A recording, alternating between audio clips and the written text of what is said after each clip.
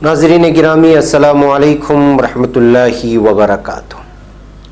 सीधी बात के ताज़ा प्राइम टाइम में आप लोगों का इस्तकबाल है। नाज़रीन मैं अंसार अजीज़ नदवी आज के मॉर्निंग प्राइम टाइम में आप लोगों के सामने 5 खबरों पर तबसरा करने जा रहा हूं जो बहुत ही अहम तरीन खबरें हैं। पहले मैं आपको एक ऐसी तस्वीर बताऊंगा 5 साला गरीब और बेबस बच्ची की, जो तस्वीर वायरल हुई, फिर उसके बाद उसकी किस्मत बदली। लेकिन ये तस्वीर बहुत सारे ऐसे एहसासात जगा जाते हैं और हिंदुस्तान की एक ऐसी तस्वीर पेश करती है और उन बच्चों की तस्वीरें सामने लाती हैं जो बच्चे कभी इस तरह की तस्वीरें जिनकी वायरल नहीं होती। इसी तरह नाजरीन आसाम में नज़रबंदी कैंपों का तो जिक्र आप लोगों को पता है। पता चला है कि 2016 से अब तक 28 कैदियों की अब इस कैंप में मौत हो चुकी है।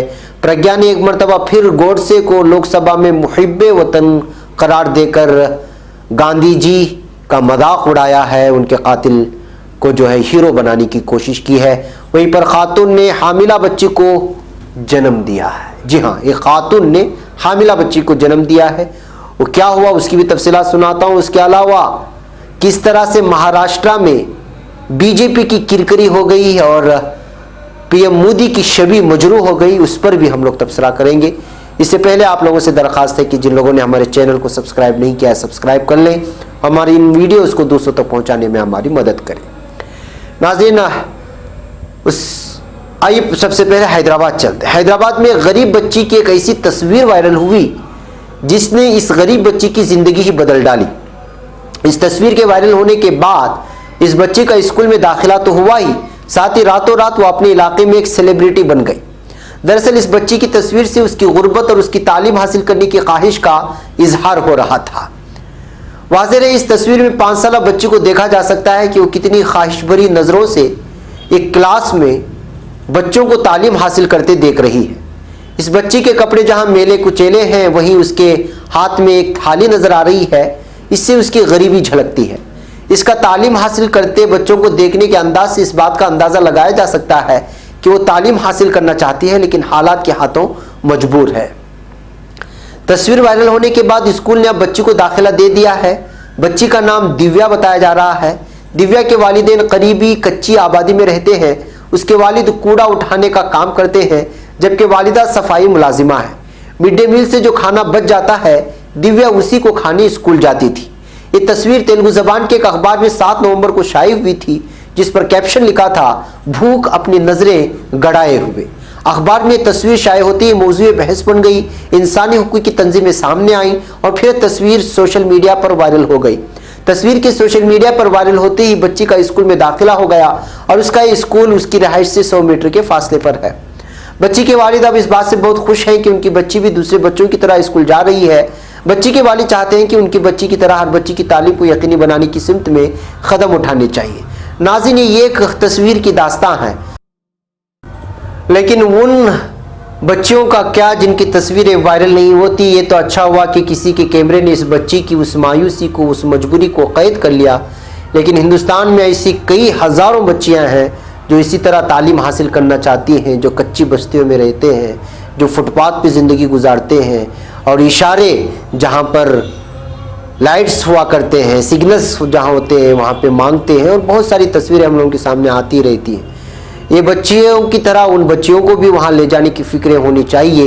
ये एक तस्वीर शाये हुई और उसकी जानिब इस तरह से हुकूक की तंजीमें बढ़ी और फ़िक्रमंद हुई तो उन बच्चियों को भी स्कूल दाखिला दिलाने और उनके मुस्तकबिल को संवारने की कोशिशें होनी चाहिए जो पूरे भारत में इस वक्त जो है हज़ारों की तादाद में है। बैक नाज़रीन आइए अब हम आगे बढ़ते हैं एक और ख़बर की जानिब। ये खबर है आसाम की। जी हाँ, मरकज़ी हुकूमत ने बुध को बताया है कि आसाम में गैर कानूनी तरीके से रह रहे गैर मुल्की शहरियों की नज़रबंदी के लिए बनाए गए 6 कैंपों में 2016 से अब तक 28 लोगों की मुख्तलिफ बीमारियों की वजह से मौत हुई है। वज़ीर ममलिकत नित्यानंद राय ने राज्यसभा में वक्फ़े सवाल के दौरान एक सवाल के जवाब में बताया कि साल 2016 से इस साल 13 अक्टूबर तक आसाम के 6 नज़रबंदी कैंपों में रखे गए 28 लोगों की मौत हुई। उन्होंने बताया कि इन कैंपों में 988 गैर मुल्की शहरियों को रखा गया है। मुतासरीन को मुआवजा देने से मुतालिक सवाल के जवाब में राय ने कहा कि गैरकानूनी ढंग से मुल्क में आने वाले और रहने वालों के पकड़े जाने पर नजरबंदी के दौरान बीमारी की वजह से मौत होने पर मुआवजा देने का कोई एहतिमाम नहीं है। इन कैंपों में तिब्बी सहूलियात के फुकदान को गलत बताते हुए राय ने कहा कि आसाम सरकार के जरिए हासिल जानकारी के मुताबिक नजरबंदी कैंप सभी बुनियादी सहूलियात और तिब्बी देखभाल की सहूलियात से लैस है। राय ने यह भी कहा कि हर नजरबंदी कैंप में मेडिकल स्टाफ के साथ अंदर ही हॉस्पिटल की सहूलत दस्तयाब होती है। इनमें डॉक्टरों के जरिए कैदियों की बाकायदगी से जांच की जाती है।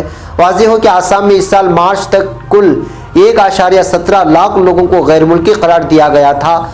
गुज़िश्ता जुलाई महीने में लोकसभा में एक सवाल के जवाब में जी किशन रेड्डी ने बताया था कि 31 मार्च 2019 तक कुल 1,17,164 लोगों को अदालतों ने गैर मुल्की करार दिया। इससे मुतालिक 100 अदालतें आसाम के मुख्तलिफ अजला में चल रही हैं।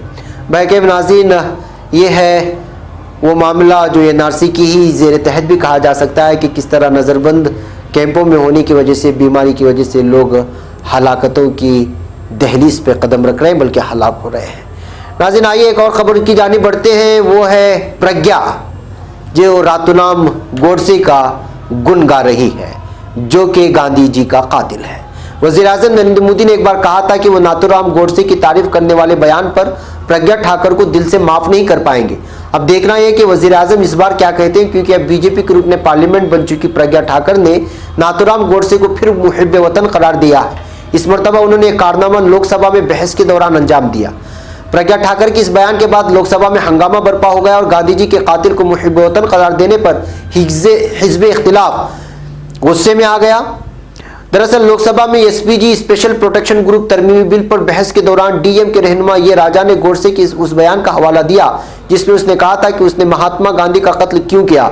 दरियासना प्रज्ञा ठाकुर ने रखनांदाजी की और कहा, आप किसी मुहिब्बे वतन की मिसाल नहीं दे सकते। राजा ने कहा कि गोडसे ने खुद एतराफ़ किया था कि वो महात्मा गांधी से नफरत करते थे, जिसके बाद उन्होंने उन्हें जान से मारने का फैसला किया। राजा ने मजीद कहा कि गोडसे खास आइडियोलॉजी का आइडियोलॉजी को मानता था, इसलिए उसने महात्मा गांधी का कत्ल किया। प्रज्ञा ठाकुर के बयान पर जहां हिज़्ब इख्तिलाफ ने माफी मांगने का मुतालबा किया, वहीं बीजेपी मेंबरान पार्लियामेंट ने प्रज्ञा ठाकुर को बैठने के लिए कह दिया। कांग्रेस ने प्रज्ञा ठाकुर के बयान की मजम्मत की है। पार्टी ने कहा कि इससे बीजेपी की ज़हनियत और नजरिए की अक्कासी होती है। कांग्रेस ने कहा कि इससे जाहिर होता है कि बीजेपी किस तरह नफरत अंगेज सियासत करती है। अलावाजी कांग्रेस ने वज़ीर-ए-आज़म मोदी से यह सवाल पूछा है कि क्या वो इस बयान की मजम्मत करेंगे या मामूल के मुताबिक खामोश रहेंगे। बैकेफ नाज़रीन, अब तो माहौल बन चुका है कि कातिलों को हीरो बनाया जा रहा है और तारीख को मस्क किया जा रहा है, और जो जिसकी कोई तारीख नहीं, जो इस मुल्क को हमेशा से नुकसान पहुंचाया, उनको हीरो बना करके पेश करने की कोशिश जो बरसों से जारी थी, उसमें अब ज़्यादा जो है हौसले मिल रहे हैं ऐसे लोगों को, ताकि वो उस तारीख को जो हकीकी है उसके साथ खिलवाड़ करे। और वो तारीख जो तारीख हिंदुस्तान की नहीं है, एक ऐसी हिंदुस्तान की नहीं है जो तरक्की याफ्ता हो, बल्कि कातिलों को इस वक्त हीरो बनाकर पेश करने की कोशिश की जा रही है। सबसे अफसोसनाक मामला ये है कि लोकसभा और राज्यसभा में ऐसे लोग इस वक्त अराकीन बन करके बैठे हुए हैं।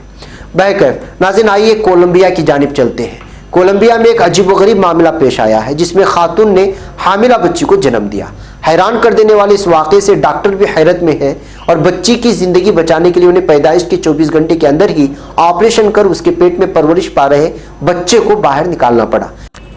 मीडिया ज़राए के मुताबिक एक मशहूर हॉस्पिटल में एक खातून ने बेटी को जन्म दिया। शुरुआती जांच में ही इस बात का इंकिशाफ हो गया कि जन्म लेने वाली बच्ची खुद भी हामिला है।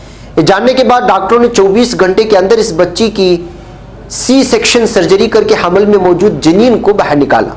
बताया जाता है कि बच्ची के जन्म से 2 महीने पहले जब खातून माँ का अल्ट्रासाउंड किया गया था तो ये पता चला था कि उसके जिस्म में 2 जनीन मौजूद हैं, लेकिन दोनों में से एक कोढ़ हमल में परवरिश पा रही है। बच्ची के पेट में मौजूद होने की बात भी सामने आई थी। डॉक्टरों का कहना है कि एक ऐसा मेडिकल कंडीशन था जो कभी कभी ही देखने को मिलता है। इसी वजह से जब बच्ची की पैदाइश हो गई तो ऑपरेशन कर उसके पेट से दूसरे जनीन को निकाला गया। इस जनीन के बाद में डॉक्टरों का कहना है कि इसका दिल और दिमाग दोनों ही डेवलप नहीं हुए थे। ऑपरेशन के बाद डॉक्टरों ने बताया कि खातून ने जिस बच्ची को जन्म दिया वह बिल्कुल सेहतमंद है और ऑपरेशन की वजह से मुस्तकबिल में उसे कोई परेशानी नहीं होने वाली। जन्म लेने वाली बच्ची के हामिला होने के बारे में अस्पताल के डॉक्टरों ने बताया कि एक तरह का पैरासिस्टिक ट्विंस का मामला है। इस तरह के केस को फिट्स इन्फेटो भी कहा जाता है।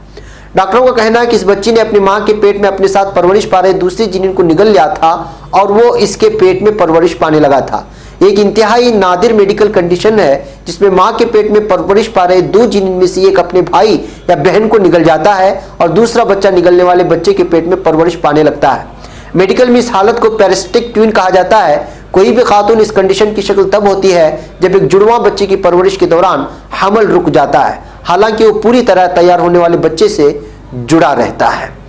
महकैफ नाज़रीन, ये भी एक अल्लाह ताला की कुदरती है कि किस तरह से जो है अल्लाह ताला ने एक निज़ाम बनाया है माँ के पेट में बच्चों की परवरिश पाने को, और फिर किस तरह से जो है एक बच्ची जो खुद बच्ची है उसके पेट में ऐसा मादा चला जाता है जो हमल ठहरने का सबब बनता है, और फिर उसको जो है मेडिकल की दुनिया में एक नाम भी दिया गया और फिर उसको निकाल लिया भी गया।